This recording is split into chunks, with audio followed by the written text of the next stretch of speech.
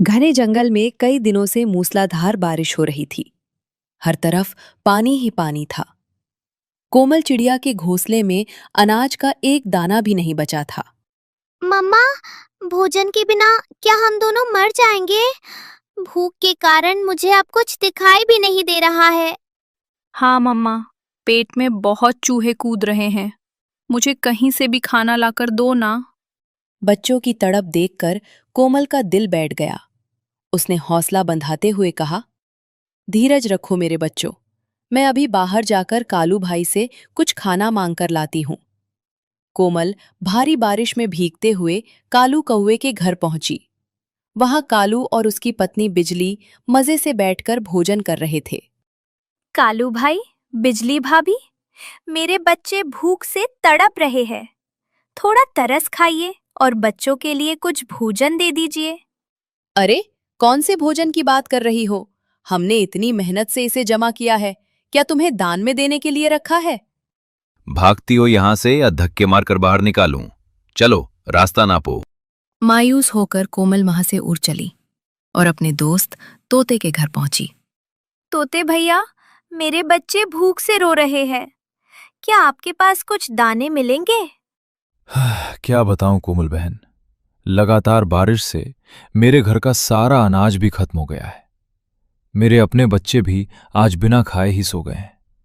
जैसे ही कोमल भोजन की तलाश में आगे बढ़ी, आसमान का सीना चीरती हुई एक क्रूर शिकारी चील अपनी पैनी नजरें टिकाए जंगल की ओर मंडराने लगी।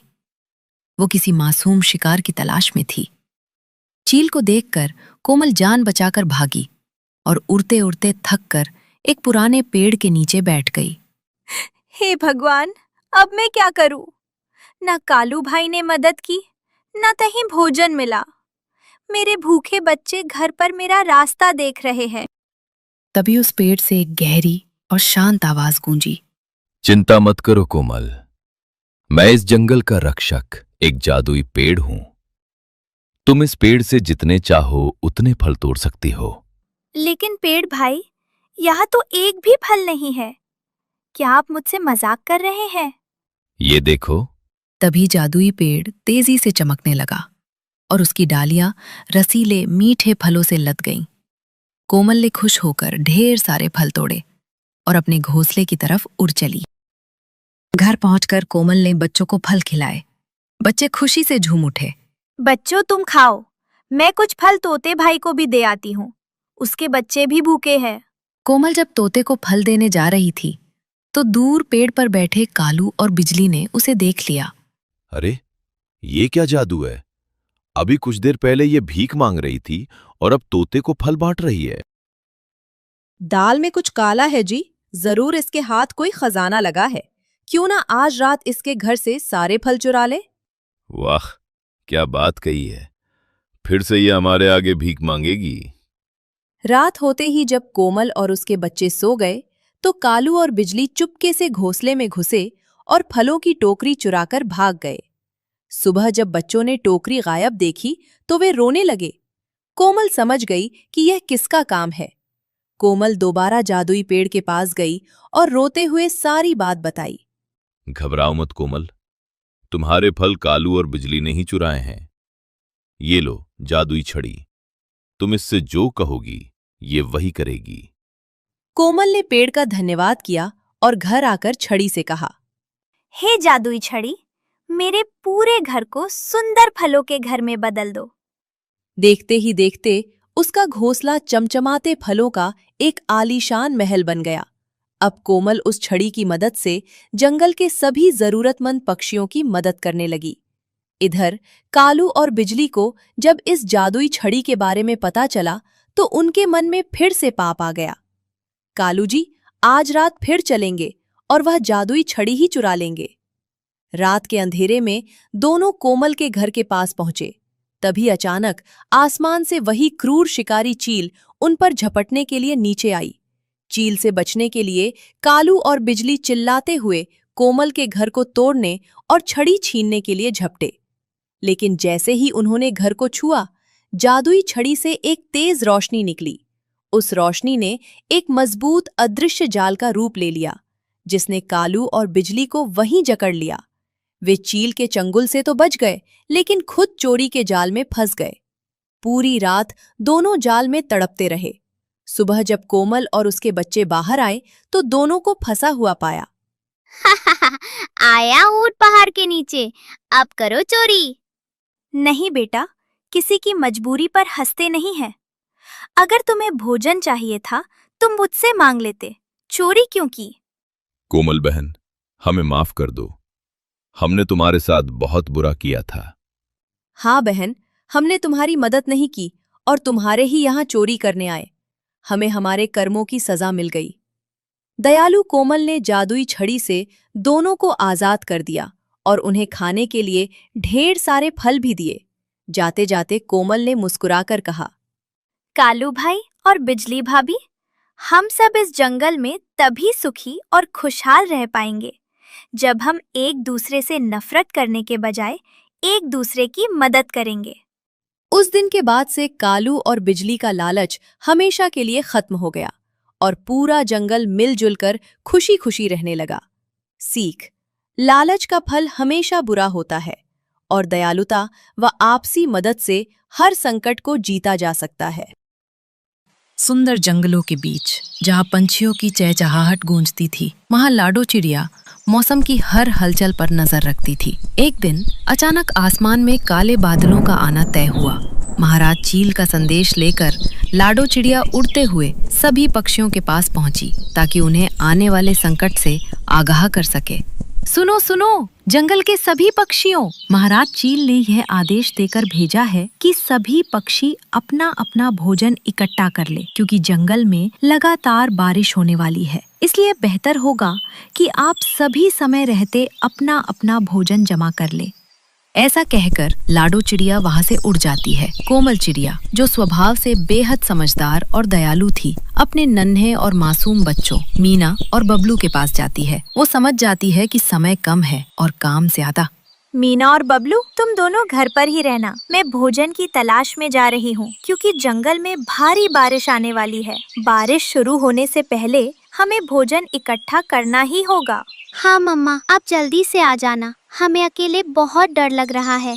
बच्चों को तसल्ली देकर कोमल चिड़िया भोजन की खोज में निकल जाती है। दूसरी तरफ उसके सच्चे और मददगार दोस्त तोता और कबूतर भी भोजन की तलाश में एक साथ निकलते हैं। चलो कबूतर भाई, जल्दी करें, ऐसा ना हो कि बारिश आ जाए और हम भोजन इकट्ठा ही ना कर पाए। ऐसा बोलकर वे दोनों दाने की खोज में निकल पड़ते हैं। दूसरी तरफ कोमल चिड़िया को भी कहीं कोई दाना नहीं मिल रहा था। काफी मशक्कत के बाद आखिरकार ये तीनों एक जगह इकट्ठे होते हैं। बंटी और मिट्ठू भाई, दाना तो कहीं दिखाई नहीं दे रहा है। अब हम क्या करें? बच्चे भूखे हैं। कोमल बहन, बस एक ही उपाय है। कालू कौवा और उसकी पत्नी बिजली के खेत में बहुत सारे केले के पेड़ हैं और उनमें ढेर सारे केले लगे हुए हैं। पर मुझे लगता है कि वे दोनों बहुत ही दुष्ट और लालची हैं। वे हमारी मदद कभी नहीं करेंगे। पर हमारे पास अब कोई और उपाय भी तो नहीं है। चलो एक बार जाकर उनसे विनती करते हैं, आखिर कोशिश करने में क्या हर्ज है। ऐसा कहते हुए वे तीनों कालू कौवे के खेत की तरफ उड़ चलते हैं। उधर लालची कालू कौवा और उसकी पत्नी बिजली हाथ में डंडा लिए अपने खेत की रखवाली कर रहे थे। कोमल उनके सामने हाथ जोड़कर बैठ जाती है। कालू भाई और बिजली भाभी, आपको तो पता ही है कि जंगल में भारी बारिश आने वाली है। हमें कहीं भी भोजन नहीं मिल रहा है। इसलिए यदि आप थोड़ा सा केला हम सभी को दे दें तो हमारे छोटे छोटे बच्चे भूखे मरने से बच जाएंगे। नहीं चिड़िया, हमारे पास कोई मुफ्त का माल नहीं है। अगर पैसे हैं तो केले ले लो, नहीं तो अपना रास्ता पकड़ो और वापस चली जाओ। कालू भाई, अभी हमें उधार दे दो। जैसे ही बारिश थमेगी और हमारे पास पैसे होंगे, हम लोग चुका देंगे। अरे ओ मोटी चूंच वाले तोते, यहाँ से भागते हो कि नहीं, या फिर ये डंडा तुम्हारी चूंच पर मारूं? चलो निकलो यहाँ से। अभी उनके बीच ये तीखी बातचीत हो ही रही थी कि आसमान में काले घने बादल छाने लगे और ठंडी हवाओं के साथ झमाझम बारिश होने लगी। चलो भाइयों, अब यहाँ रुकने का कोई फायदा नहीं। मेरे बच्चे घर पर अकेले डर रहे होंगे। यहाँ हमें भोजन भी नहीं मिला और कालू ने भी हमारी मदद नहीं की। मायूस होकर वे सभी अपने अपने घरों की तरफ लौट जाते हैं। रास्ते में उड़ते हुए कोमल चिड़िया को अचानक एक चमकीला पेन गिरा हुआ दिखाई देता है। वो हैरान होकर उस पेन के पास जाकर बैठ जाती है। मैं अपने बच्चों को क्या मुंह दिखाऊंगी? घर में दाना भी नहीं है और बाहर भी कुछ नहीं मिला। हाँ, मैं अपने बच्चों को बोलूंगी कि यह एक जादुई पेन है। इस तरह बहला फुसलाकर उन्हें सुला दूंगी और सुबह होते ही फिर से दाना खोजने निकल जाऊंगी। ऐसा सोचकर कोमल चिड़िया उस पेन को अपनी चोंच में दबाकर घर ले आती है। घर पहुंचते ही बच्चे उसे घेर लेते हैं। कहाँ है मेरा भोजन? अब मैं क्या खाऊंगी? मुझे बहुत ज्यादा भूख लगी है। मम्मा, मुझे भी भूख लगी है। और आप ये कैसा पेन हमारे लिए लाई हो? इस पेन का मैं क्या करूं? क्या सच में ये कोई जादुई पेन है? मेरे प्यारे बच्चों, ये कोई ऐसा वैसा पेन नहीं है। ये सचमुच का जादुई पेन ही है। तुम जो भी इस पेन से कागज पर बनाओगे वो तुरंत सच में तुम्हारे सामने आ जाएगा। वाह, क्या बात है मम्मा। लाओ, मैं इससे सेब बनाकर देखती हूँ। हाँ मम्मा, हम आम भी बनाएंगे और मजे से खाएंगे। बच्चों का उत्साह देखकर कोमल चिड़िया मन ही मन घबराने लगती है और ईश्वर को याद करने लगती है। हे भगवान, ये मैंने क्या बोल दिया? मेरा ये झूठ अब हम पर भारी पड़ सकता है। नहीं मेरे प्यारे बच्चों, ये जादुई पेन केवल रात के ठीक 12 बजे काम करता है। तब हम सब मिलकर अपनी पसंद के फल बनाएंगे और मजे से खाएंगे। अभी तुम आराम करो। लेकिन बच्चे नादान थे। वे अपनी मम्मा की बात नहीं मानते और चुपके से पेन लेकर एक सफेद कागज पर सेब का चित्र बनाने लगते हैं। कोमल चिड़िया डर के मारे आसमान की तरफ देखने लगती है। हे ईश्वर, हमारे बच्चों की लाज रखना। अगर ये पेन जादुई नहीं निकला तो बच्चों का भरोसा टूट जाएगा और वे भूखे ही सो जाएंगे। मेरी मदद करना भगवान। तभी अचानक कमरे में एक अजीब सी रोशनी चमकती है और कोमल के कानों में एक जादुई सरसराहट की आवाज आती है। वो मुड़कर देखती है तो उसकी आंखें खुली की खुली रह जाती हैं। बच्चे पेन से जो भी फल बना रहे थे वे असली में हो रहे थे। वाह मम्मा, आप कितना कमाल का पेन लाई हो। हमें तो मजा ही आ गया। अब हमारी भूख मिट जाएगी। हाँ मेरे प्यारे बच्चों, ईश्वर ने हमारी पुकार सुन ली। अब पेट भरकर फल खा लो और सो जाओ। बहुत रात हो गई है। रात बीतती है और सुबह की नई किरण फूटती है। लेकिन इस सुबह का नजारा कालू कौवे के लिए किसी तबाही से कम नहीं था। रात की तेज आंधी और बारिश में कालू और बिजली के खेत के सारे केले के पेड़ उखड़कर गिर चुके थे। दोनों अपने बर्बाद खेत को देख देख कर सिर पकड़कर रो रहे थे। हमारी सारी मेहनत बर्बाद हो गई। हमारे सारे पेड़ गिर गए। अब हम क्या खाएंगे और क्या बेचेंगे? कालू, कुछ देर पहले जब कोमल और उसके दोस्त हमसे मदद मांगने आए थे तब हमने उन्हें दुत्कार दिया था। आज हमारी भी वैसी ही बदहाल स्थिति हो चुकी है। वे दोनों भूख से बेहाल होकर रो रहे थे। उधर जंगल के बाकी पक्षी कोमल के घर के बाहर उस जादुई पेन की मदद से स्वादिष्ट फल बनाकर आपस में मिल बांट कर खा रहे थे। तभी कालू और बिजली वहाँ से गुजरते हैं और सबको फल खाते देख वहीं रुक जाते हैं। कोमल बहन, मुझे माफ कर दो। मैं लालच और घमंड में अंधा हो गया था। हमसे बहुत बड़ी भूल हुई। हाँ कोमल बहन, हमारे लालच की सजा हमें मिल गई है। हमारे सारे पेड़ नष्ट हो गए हैं और अब हम दोनों भूख से मर रहे हैं। कृपा करके हमें भी थोड़ा भोजन दे दो। अब आया हूँ ऊंट पहाड़ के नीचे। क्यों कालू और बिजली, कहाँ गया तुम्हारा वो घमंड और वो डंडा? जब हम भूखे थे तब तो तुम मार रहे थे। नहीं तोते भाई, किसी की मजबूरी और लाचारी का मजाक नहीं उड़ाते। कालू भाई और बिजली भाभी, कभी किसी की मजबूरी का फायदा नहीं उठाना चाहिए और ना ही किसी का मजाक उड़ाना चाहिए। वक्त और हालात कभी भी बदल सकते हैं। ये लीजिए फल और अपनी भूख मिटाइए। हमें माफ कर दो पक्षियों, हमसे बहुत बड़ी गलती हुई थी कि हमने मुसीबत में आपकी मदद नहीं की। लेकिन कोमल बहन, तुम्हारी दयालुता ने आज हमारी आंखें खोल दी हैं। कालू और बिजली सच्चे दिल से माफी मांगते हैं। कोमल की समझदारी और दयालुता देखकर सभी पक्षी उन्हें माफ कर देते हैं। उस दिन के बाद से कालू और बिजली का लालच हमेशा के लिए खत्म हो जाता है और जंगल के सभी पक्षी आपस में मिलजुल कर खुशी खुशी रहने लगते हैं। तो दोस्तों, कैसी लगी हमारी यह कहानी? अगर कहानी अच्छी लगी हो तो वीडियो को लाइक और चैनल को सब्सक्राइब जरूर करें। धन्यवाद। जंगल में बहुत तेज बारिश हो रही थी। ऐसी बारिश में बंटी चिड़ा कपे सेठ के यहाँ बारिश में भीगते हुए अनाज की बोरियां उठा रहा था। अरे ओ बंटी, जल्दी कर, तुझसे एक बोरी नहीं उठाई जा रही। अपने साथ के दूसरे पक्षियों को तो देख, कितनी बड़ी बड़ी बोरियां उठाकर गोदाम में रख रहे हैं और तू कछुए की तरह आराम से चल रहा है। ऐसे काम करेगा तो तुझे पगार नहीं मिलेगी। ये बात सुनकर बंटी चिड़ा रोने लगता है और कभी सेठ से कहता है, नहीं नहीं सेठ जी, मेरी पगार मत काटना, मैं अब जल्दी जल्दी काम करूँगा। थोड़ी देर तक सभी पक्षी अपना अपना काम खत्म कर लेते हैं और फिर सभी पक्षी कभी सेठ से पगार लेने आ जाते हैं। शेले बंटी, तेरे आज की पगार। मगर मालिक, ये तो बहुत कम है। अरे ओ बंटी, तू मुझसे अब हिसाब करेगा? काम तो तू ठीक से करता नहीं है। तुझे इतने पैसे ही मिलेंगे, अगर काम करना है तो कर, वरना कल से मत आना। नहीं नहीं सेठ जी, ठीक है, जितनी पगार मिल गई यही बहुत है। आ गया ना लाइन पर, चला भाग जा यहाँ से। इतना मस्त मौसम हो रहा है, आज तो घर जाकर बिजली से पकोड़े बनवाऊंगा। ऐसा कहते हुए बादल कौवा अपनी हवाई मोटर में बैठकर घर चला जाता है। बाकी भी मजदूर पक्षी छाता लिए अपने घर की ओर जाने लगते हैं। बंटी चिड़ा ठंड में कांपते हुए तोते के पास जाता है। तोते यार, मुझे भी आज अपने साथ ले जाओ, मेरे पास छाता नहीं है, मेरा घर थोड़ी दूर ही है। बहुत ठंड लग रही है, बरसात में भीग गया हूँ। नहीं नहीं बंटी यार, मुझे माफ करना, तुम्हारा घर मेरे घर से बहुत दूर है, और तो और तुम्हारा घर नदी के पास है। तुम्हें तो पता है, वहाँ बारिशों के दिनों में पानी बहुत ऊपर आ जाता है, वहाँ तो कभी भी बाढ़ आ सकती है। तुम अकेले चले जाओ, मैं नहीं जा सकता। न कहते हुए तोता अपना छाता लिए वहाँ से चला जाता है और बंटी चिड़ा भी बारिश में भीगते हुए अपने घर की ओर निकल जाता है।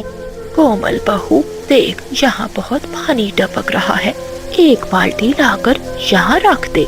माँ जी, अब तो घर में एक बाल्टी भी नहीं बची। ना जाने, आज तो बारिश सुबह से बरस रही है, एक पल के लिए भी आराम नहीं मिल रहा। हाँ, पिताजी आ गए, पिताजी आ गए। घर आकर बंटी चिड़ा अपने घर को देखकर चिंता में पड़ जाता है। माँ, आज तो घर में पानी कुछ ज्यादा ही बढ़ गया है। कोमल, एक बाल्टी मुझे दो, मैं भी पानी निकालता हूँ। अदी जी, आप तो सारा दिन के थके हारे आए हैं, हम कर लेंगे। थोड़ा सा पानी कम हो जाए तो मैं सबके लिए भोजन भी बना दूंगी। माँ, पिता की तबीयत कैसी है? बेटे, तुझे तो पता है, तेरे पिता अब चल फिर नहीं सकते, बस घोंसले में ही लेटे रहते हैं। दवा मैंने दे दी है, बस आराम कर रहे हैं। जंगल के सभी पक्षियों ने अपने पक्के मजबूत घर बना लिए थे, जबकि बंटी चिड़ा अपने परिवार को लिए नदी के किनारे एक पेड़ पर घर बनाकर रह रहा था। गर्मी और सर्दी के मौसम में तो पानी का बहाव कम रहता था, लेकिन बारिश के मौसम में पानी का बहाव बहुत तेज हो जाता था। सारा दिन बारिश होने के बाद रात को बारिश रुक जाती है। बहू, जाकर रसोई में देख कि अनाज पड़ा है कि नहीं, कहीं वो भी बारिश के पानी में भीग तो नहीं गया। नहीं माँ जी, मैंने राशन ऊंचे में रख दिया था, मैं अभी सबके लिए भोजन बना कर लाती हूँ। फिर कोमल चिड़िया रसोई में जाती है और भोजन बनाती है। वो पूरा परिवार रूखा सूखा भोजन खाता है। बेटे, अब हमें अपना पक्का घर बनवा लेना चाहिए, जरा देखो तो कभी भी टूट सकता है। हाँ माँ, मैं क्या करूँ, बारिशें बहुत तेज हो रही है, ऐसी बारिशों में काम करना बहुत मुश्किल है। एक तो मैं बहुत गरीब पक्षी हूँ, जो अपने परिवार का सहारा भी नहीं बन सकता। कोई बात नहीं पति जी, बस 2-3 महीनों की तो बात है, ये बरसात के दिन भी कट जाएंगे और फिर हम सब मिलकर मेहनत करेंगे और अपने लिए एक बड़ा और मजबूत घर बनाएंगे।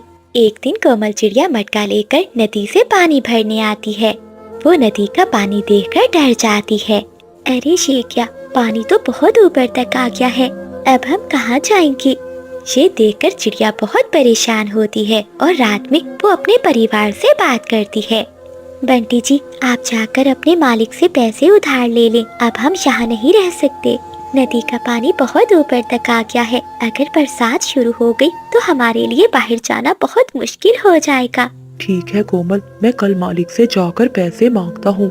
अगली सुबह बंटी चिड़ा कफे सेठ के पास जाता है। मालिक, मुझे पैसों की बहुत जरूरत है, मुझे अपने लिए किसी और जगह नया घर बनवाना है।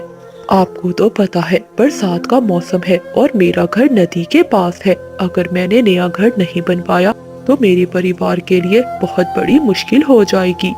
तो बंटी, मैं क्या करूं? मेरे पास पैसों के पेड़ लगे हैं, मैं तेरी कोई मदद नहीं कर सकता, तू जा यहाँ से। तभी जंगल में बारिश फिर से शुरू हो जाती है। माँ जी, इतना पानी भी निकाल लिया, लेकिन ये पानी तो और ज्यादा बढ़ता जा रहा है। तभी बंटी चिड़ा आता है। माँ, आप पिताजी को संभालें। कोमल, तुम मीना को साथ लो और सामान बांधो। जल्दी घर से बाहर निकलो। बेटे, क्या हुआ? तू इतना हाँफ क्यों रहा है? सब ठीक तो है ना? माँ, कुछ भी ठीक नहीं है। मैं अभी सुनकर आ रहा हूँ। कबूतर चाचा ने बताया है कि हमारे जंगल में बाढ़ आ रही है। बाढ़ का पानी यहाँ किसी समय भी आ सकता है। हमारा घर तो नदी के पास है। जल्दी करिए, हमारे पास समय नहीं है। वो सभी पक्षी अपना सामान इकट्ठा कर ही रहे थे कि तभी पानी बहुत ऊपर तक आ जाता है। तभी छत का एक हिस्सा टूटकर बंटी चिड़े के पिता पर आकर गिरता है। बचाओ, कोई मुझे बचाओ। तड़पते तड़पते वो मर जाता है। अपने पति को खोने के बाद सावित्री अपना सुध बुध खो देती है। बंटी के बाबा, कहाँ चले गए तुम? मुझे भी अपने साथ ही ले जाते। तुम्हारे बिना जीकर मैं क्या करूँगी? माँ जी, ये वक्त ठहरे होने का नहीं है। चलिए जल्दी से घर से बाहर निकलिए। जैसे ही वो परिवार घर से बाहर निकलता है तो पूरा घर नदी में बह जाता है। मीना, मेरे पास ही बैठी रहना। बाढ़ का पानी बहुत ऊपर तक आ चुका था। वो सब एक पेड़ पर बैठे हुए थे। माँ, क्या अब हम मर जाएंगे? नहीं मीना बेटी, आपको कुछ नहीं होगा। आपकी माँ आपको कुछ नहीं होने देगी। वो परिवार बहुत सहमा हुआ बैठा था। तभी महारानी चील अपने सिपाही उल्लुओं के साथ नाव पर आती है। पक्षियों, घबराओ नहीं, हम सब आपको बचाने आए हैं। नाव को देखकर उस परिवार की टूटी हुई आशा फिर से जुड़ जाती है। कुछ ही देर में चील के सिपाही उल्लू उन सभी पक्षियों को बचाकर नाव में बिठा देते हैं। ऐसे चील महारानी पूरे जंगल में फंसे हुए पक्षियों को बचाती है और उन्हें सुरक्षित जगह पर ले जाती है। वहाँ ढेर सारे पक्षी थे जिन सब के घर बारिश में टूट चुके थे।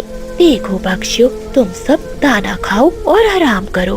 अब किसी बात की चिंता मत करना। जिन पक्षियों के घर भी टूट गए हैं, मैं उन सबको नए घर बनवा दूंगी और आप सब पक्षियों को काम दूंगी। ये बातें सुनकर सभी पक्षियों को तसल्ली होती है और कुछ ही दिनों के बाद चील महारानी उन सब पक्षियों के लिए नए घर बनवा देती है और उन सब पक्षियों को काम भी देती है। बादल, जब तक तुम दूध जैसे सफेद नहीं हो जाते मुझसे बात मत करना। मैं इस जंगल की शहजादी हूँ। मैं किसी कोयले के साथ नहीं रह सकती। जरा देखा है उस बंटी कबूतर को, कितना गोरा चिट्टा है, स्मार्ट है। जब तक तुम अपनी ये काली शक्ल नहीं बदलते मैं तुमसे शादी नहीं करूँगी। मेरी जान बिजली, रंगत में क्या रखा है? मेरा दिल तो सफेद है ना। तुम्हारे लिए शहर के कचरे में से पिज्जा लाता हूँ। मुझे तुम्हारा दिल नहीं, चेहरा गोरा चाहिए। जाओ और कोई हल निकालो, वरना मैं कल बंटी कबूतर के साथ शहर उड़ जाऊंगी। ऐसा कहते हुए बिजली कभी वहाँ से चली जाती है। अब मैं क्या करूँ? उल्लू के पार्लर में जाता हूँ और फेशियल करवाता हूँ। शायद मैं भी गोरा चिट्टा बन जाऊँ। जंगल में गर्मी बहुत थी, लेकिन बादल कव्वे के दिल में एक अलग ही आग लगी हुई थी। उल्लू यार, मुझे गोरा कव्वा बना दो। बिजली ने कहा है कि मैं बहुत काला हूँ, इसलिए वो मुझे छोड़कर बंटी कबूतर के साथ दोस्ती कर लेगी और यहाँ से चली जाएगी। बादल, तुम चिंता नहीं करो, मैं तुम्हें गोरा चिट्टा बना दूंगा। बेचारा बादल कव्वा बहुत परेशान था। वो पेड़ के नीचे उल्लू के पार्लर में बैठा अपनी रंगत निखारने की कोशिश कर रहा था। वहीं पास खड़े कोमल चिड़िया और चीकू तोता ये सारी बातें सुन रहे थे।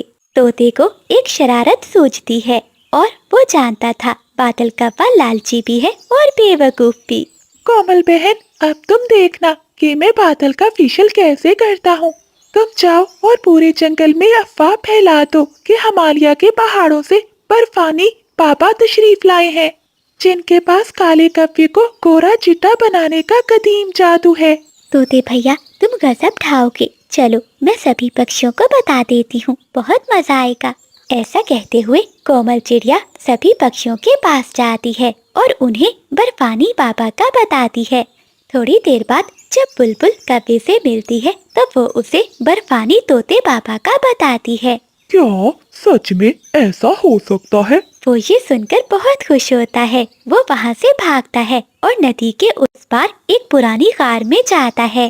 गार के बाहर कोमल चिड़िया अपना भेष बदले खड़ी थी। रुको कभी, अगर अंदर जाना है तो पहले बाबा जी के लिए हरी मिर्चें लानी होंगी। हाँ हाँ चिड़िया बहन, मैं अभी लेकर आता हूँ। ये सुनते ही बादल कप्पा वहाँ से भागता है और चील के खेत में जाता है और वहाँ से मिर्ची तोड़ने लगता है। कप्पे को मिर्ची तोड़ता हुआ देखकर चील वहाँ आ जाती है। चचा चील, बस मुझे थोड़ी सी हरी मिर्ची दे दो, मुझे अपना रंग गोरा करना है। लेकिन चील कहाँ बादल कप्पे की सुनने वाली थी। वो कप्पे को दबोचती है और खूब पिटाई करती है। बादल कप्पा बहुत मुश्किल से अपनी जान बचाता है। वो मिर्ची लेकर गार के पास पहुँचता है। शेले मिर्ची, मैं अभी अभी चील के खेत से लाया हूँ, बस मुझे बाबा जी से मिलवा दो। अंदर चीकू तोता अपना भेष बदले हुए आंखें बंद करके बैठा था। इसके सामने नीले पीले और सुर्ख रंग के मिट्टी के घड़े रखे थे। बादल कप्पा अंदर आता है। ओम काय काय सस्ते कोयले गोरे हो जा। बेटा बादल, मैं जानता हूँ तेरा दुख, तू गोरा होना चाहता है। हाँ हाँ पापा जी, आप तो अंतर्यामी हैं, मुझे गोरा चिट्टा कप्पा बना दे, वरना बिजली मुझे छोड़कर चली जाएगी। बेटा, इसके लिए तुझे सख्त मेहनत करनी होगी। ये देख, ये नीला अमृत है और ये सुर्ख पाउडर है। पहले तुझे इस नीले पानी में डूबना होगा और फिर तुझे 24 घंटे तक कड़वे नीम के पेड़ पर उल्टा लटकना होगा, ताकि तुम्हारी रंगत अंदर तक जज्ब हो जाए। ये सारी बातें सुनकर बादल कप्पा तैयार हो जाता है। फिर चीकू तोता और कोमल चिड़िया मिलकर बादल कप्पे को नीले पेंट के ड्रम में गिरा देते हैं। बादल कप्पा जब बाहर निकलता है तो वो कप्पा नहीं, कोई अजीबोगरीब समुद्री जानवर लग रहा था। बेटा, अब ये लाल पाउडर लगाना होगा, फिर ही जादू पक्का होगा। ऐसा कहते हुए तोता लाल मिर्चों का पाउडर बादल पर डाल देता है। बादल बेचारा तो दर्द और जलन से तड़प रहा था, लेकिन गोरे होने के शौक में वो नीम के पेड़ से उल्टा लटक जाता है। पूरी रात मैं गोरा हूँ की माला जपता रहता है। मैं गोरा हूँ, मैं गोरा हूँ, मैं गोरा हूँ। बाबा जी, क्या मैं गोरा हो रहा हूँ? हाँ बेटा, बस थोड़ी देर, जैसे ही सूरज निकलेगा तुम नीले फरिश्ते बन जाओगे। अगली सुबह हो जाती है। बादल कप्पे की माँ जब वहाँ से गुजरती है तो वो कप्पे को देखकर डर जाती है। अरे, ये नीले रंग का बड़ा सा चमगादड़ यहाँ क्या कर रहा है? लगता है ये कोई एलियन है जो पक्षियों के अंडे चोरी करने आया होगा। अब इसका बचना मुश्किल है। ऐसा कहते हुए सावित्री अपना डंडा उठाती है और बादल कप्पे को दे मारती है। ऐसे वो कप्पे की खूब पिटाई करती है। शोर सुनकर वहाँ बाकी पक्षी भी आ जाते हैं। देखो देखो पक्षियों, ये मुझे एलियन लगता है, मारो इसे, मारो। फिर सभी पक्षी मिलकर बादल कप्पे की खूब पिटाई करते हैं। मार खाने के बाद बादल कप्पे का रंग उतर जाता है। आय हाय माँ, मैं तुम्हारा बेटा बादल हूँ। पापा जी का जादू चल रहा है, मत मारे मुझे। क्या बादल तू? हाँ माँ, पापा जी ने कहा है कि मेरा रंग कोरा चिट्टा हो जाएगा, बस मुझे ये तपस्या पूरी करने दे। अरे बेवकूफ, कौन सा बाबा? वो देख, तेरा बाबा तो हरी मिर्चें खा रहा है। जब बादल कप्पा देखता है तो तोता अपनी असली भेष में बैठा मिर्ची खा रहा था और जंगल के सभी पक्षी जोर जोर से हंस रहे थे। चिड़िया कहती है, बादल भैया, गोरे होने के चक्कर में आप अपनी रही सही इज्जत भी गंवा बैठे। कप्पा काला ही अच्छा लगता है, गोरा नहीं। तभी बिजली कभी वहाँ आती है। वो बादल को देखकर जोर जोर से हंसने लगती है। बादल, तुम ये सफेद तो नहीं हुए, लेकिन नीले बैंगन जरूर बन गए हो, तो मैं पक्का इस सफेद कबूतर के पास जा रही हूँ। बिजली कभी वहाँ से चली जाती है। बादल कभी को तोते पर बहुत गुस्सा आता है और वो डंडा उठाता है और तोते के पीछे पीछे उड़ने लगता है। बादल कौवा कई दिनों तक नदी में नहाता रहता है, लेकिन वो नीला पेंट इतनी आसानी से नहीं उतरता। अब पूरे जंगल में इसका नाम नीला कौवा पड़ गया था। तो दोस्तों, कुदरत ने जैसा बनाया है इस पर शुक्र करो, वरना ब्यूटी पार्लर के चक्कर में नीला बैंगन बनने में देर नहीं लगती। तो प्यारे दोस्तों, इस कहानी को लाइक, चैनल को सब्सक्राइब और अपने दोस्तों के साथ शेयर करना मत भूलिएगा। आपका धन्यवाद। कोमल चिड़िया जंगल में गिरे हुए रंग बिरंगे पंख जमा करती थी और इनसे बहुत सुंदर हाथ वाले पंखे बनाती थी, ताकि तपती धूप में पक्षी सुकून पा सकें। मम्मा, आज मैं भी जाऊंगी आपके साथ ये पंखे बेचने।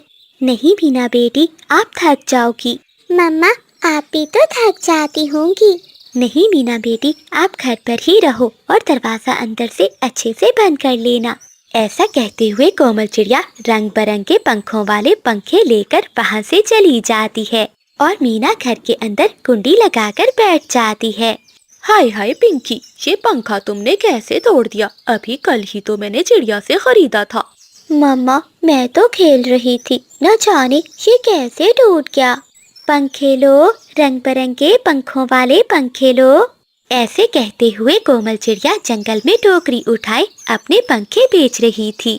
मैं पूछती हूँ इस चिड़िया से, कैसे पक्षियों को बेकार के पंखे बेच रही है। ऐसा कहते हुए बिजली का भी अपने घर से निकलती है और चिड़िया के पास जाती है। बिजली बहन, कौन सा पंखा चाहिए आपको? मेरे पास हर रंग के पंखे हैं। चिड़िया, कल मैंने तुमसे जो पंखा लिया था वो टूट भी गया है। तुम्हारे ये परों के पंखे तो बहुत बेकार हैं। बिजली बहन, एहतियात से रखोगी तो कभी पंखा नहीं टूटेगा। जरूर कोई दबाव डाला होगा तुमने। मैं तुम्हारी चूचू सुनने नहीं आई। मेरे कल वाले पैसे मुझे वापस दो। बिजली बहन, मैं अभी अपने घर से आई हूँ, मेरे पास तो पैसे नहीं हैं। अच्छा, तो मैं भी देखती हूँ कि तुम कैसे जाती हो आज जंगल में ये पंखे बेचने। बिजली, ऐसा मत करो, मुझे जाने दो। अगर मैंने ये पंखे ना बेचे तो मैं अपनी बेटी के लिए भोजन कहाँ से लेकर जाऊंगी। कोमल चिड़िया वहाँ से जाने लगती है तो बिजली का भी उसकी टोकरी छीन लेती है और टोकरी को उठाकर नीचे फेंकती है। टोकरी नीचे गिरते ही चिड़िया के पंखों वाले बने हुए पंखे टूट जाते हैं। बिजली, ये तुमने क्या किया? तुमने मेरी सारी मेहनत ज़ाया कर दी। अब मैं अपने बच्चों के लिए भोजन कहाँ से लेकर जाऊंगी? चल चल भाग यहाँ से, अब मुझे रो रो कर न दिखा, वरना अपने पति को बुलाकर बहुत मारूंगी मैं तुम्हें। अपनी खाली टोकरी उठाकर कोमल चिड़िया वहाँ से चली जाती है। रोती हुई कोमल चिड़िया तोते के ढाबे पर जाती है। तोते भैया, उस काली कपी ने मेरे सारे पंखे तोड़ दिए। अब मैं अपनी बेटी के लिए भोजन कहाँ से लेकर जाऊंगी? आज उधार में तुम मुझे भोजन दे दो, मैं तुम्हारे पैसे जल्दी लौटा दूंगी। देखो चिड़िया बहन, मैंने उधार देना बंद कर दिया है। बहुत महंगाई हो गई है जंगल में, मैं ऐसा नहीं कर सकता। तुम चली जाओ यहाँ से। कोमल चिड़िया रोती हुई वहाँ से चली जाती है। वो बेचारी क्या करती, उसकी बेटी भूखी थी। वो रोती रोती कबूतरी के पास जाती है। कबूतरी बहन, मुझे थोड़ा सा भोजन दे दो, मैं तुम्हारा भोजन जल्दी लौटा दूंगी। देखो चिड़िया, बंटी सारा दिन मेहनत करता है और ये भोजन कमा कर लाता है। अगर तुम्हें थोड़ा सा भोजन चाहिए तो मेरे सारे घर के काम कर दो, और हाँ, बर्तन भी अच्छे से धो देना। ठीक है कबूतरी बहन, मैं आपके सारे काम कर दूंगी। ऐसा कहते हुए कोमल चिड़िया कबूतरी के घर के सारे काम करती है और बदले में भोजन लेकर घर की ओर चली जाती है। रास्ते में कोमल चिड़िया को बादल कौवा रोक लेता है। चिड़िया, ये तुम्हारे पास पोटली में क्या है? कौवे, इस पोटली में मेरी बेटी के लिए भोजन है। अच्छा चिड़िया, तुम मुझे ये पोटली दे दो, मुझे बहुत भूख लगी है। नहीं कौवे, मैं खुद भी भूखी हूँ, लेकिन ये भोजन मेरी बेटी का है, मुझे जाने दो। ये सुनकर बादल कौवे को गुस्सा आता है। वो चिड़िया से पोटली छीनकर वहाँ से भाग जाता है। ये देखकर कोमल चिड़िया रोने लगती है। मीना अपने घोंसले में सोई हुई थी कि तभी उसके ख्वाब में जंगल की परी आती है। मीना, मैं तुम्हारे लिए आई हूँ। वो कौवे तुम्हारी माँ को बहुत परेशान कर रहे हैं। हमारी माँ बहुत मेहनत करती है, लेकिन वो दुष्ट कौवे उसे बहुत तंग कर रहे हैं। हाँ जंगल की परी, मेरी मम्मा बहुत परेशान रहती है। फिर जंगल की परी मीना को एक जादुई झाड़ू देती है। मीना बेटी, कल तुम अपनी मम्मा के साथ जाना और ये झाड़ू जरूर लेकर जाना। ये जादुई झाड़ू उन कफों को सीधा कर देगा। तभी मीना की आँख खुलती है और झाड़ू उसके पास पड़ा था। कोमल चिड़िया भी रोती हुई आ जाती है। क्या हुआ मम्मा, आप इतनी परेशान क्यों हैं? कुछ नहीं मीना बेटी, मुझे माफ करना, आज मैं तुम्हारे लिए भोजन नहीं ला सकी। मम्मा, मुझे सब मालूम हो गया है। जंगल की परी ने मुझे ख्वाब में आकर सब बताया है। और ये देखें, ये झाड़ू भी उन्होंने दिया है। कल मैं आपके साथ जाऊंगी। आप देखना उन काले कपों को हम कैसा सबक सिखाते हैं। अगले दिन कोमल चिड़िया फिर से पंखे बनाकर अपनी टोकरी में रखकर जंगल में चली जाती है। आज मीना भी अपनी मम्मा के साथ झाड़ू लेकर जाती है। रास्ते में बिजली और बादल कोमल चिड़िया और उसकी बेटी को रोक लेते हैं। चलो छोटी चिड़िया, मेरे घर की सफाई कर और अपनी बेटी से कहे मेरे बर्तन धो दे। हाँ हाँ, बिजली ठीक कह रही है, जल्दी कर, काम कर। कपो, मुझे जाने दो, मुझे तंग मत करो। दुष्ट कपो, आज मैं तुम्हें सबक सिखाऊंगी। ऐसा कहते हुए मीना अपने जादुई झाड़ू से कहती है, झाड़ू झाड़ू अपना काम दिखा और इन काले कपों को सबक सिखा। मीना के कहते ही वो जादुई झाड़ू उड़ता है और कपों की पिटाई शुरू कर देता है। कपे डर के मारे आगे आगे उड़ रहे थे और जादुई झाड़ू पीछे पीछे। मार मार कर वो जादुई झाड़ू कपों को दूर फेंक आता है। ऐसे कपों को अपने किए की सजा मिलती है। तो प्यारे दोस्तों, इस कहानी को लाइक, चैनल को सब्सक्राइब और अपने दोस्तों के साथ शेयर करना मत भूलिएगा। आपका धन्यवाद। जंगल में दोपहर का समय था। कोमल चिड़िया जंगल में दाना ढूंढ रही थी। तभी उसे कुछ दाने और एक मीठा आम मिल जाता है। चलो, बच्चों के लिए फल भी मिल गया और दाने भी। अब मैं नदी से पानी पीकर घर जाती हूँ। ऐसा कहते हुए कोमल चिड़िया नदी पर जाती है और पानी पीने लगती है। पीछे से बादल कौवा आता है और चिड़िया का आम चुरा कर ले जाता है। वो थोड़ी दूर एक पेड़ पर बैठकर आम खाने लगता है। बादल, बस करो, ये तुम्हारी रोज की आदत बन गई है। कभी तो खुद मेहनत कर लिया करो।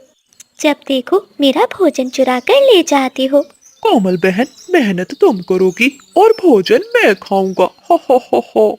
ये कौवा रोज मेरे साथ ऐसा ही करता है। अब तो इसे सबक सिखाना ही होगा। फिर कोमल चिड़िया चुपचाप वहाँ से चली जाती है। अगले दिन सुबह सुबह कोमल चिड़िया पहाड़ों की ओर जाती है, जहाँ चील के घोंसले में एक पत्थर पड़ा हुआ था। कोमल चिड़िया वो पत्थर लेती है और अपने घर के बाहर आकर बैठ जाती है। जल्दी आओ पक्षियों, देखो आज मुझे क्या मिला है। चिड़िया की आवाज सुनते ही सभी पक्षी वहाँ इकट्ठे हो जाते हैं। देखो पक्षियों, आज मुझे क्या मिला है। ये तो वही जादुई पत्थर है जिसके बारे में मेरी माँ ने मुझे बताया था। जो पक्षी भी इस पत्थर को हासिल करेगा वो जंगल का अमीर तरीन पक्षी बन जाएगा। अब मुझे मेहनत नहीं करनी पड़ेगी, मैं भी अमीर हो जाऊंगी। बादल कौवा चिड़िया की बातें सुनकर लालच में आ जाता है। अगर ये पत्थर मुझे मिल जाए तो मैं इस जंगल का सबसे अमीर पक्षी बन जाऊंगा।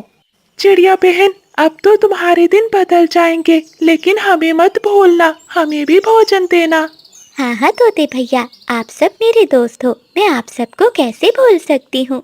ऐसा कहते हुए कोमल चिड़िया वो पत्थर उठाती है और अपने घर चली जाती है।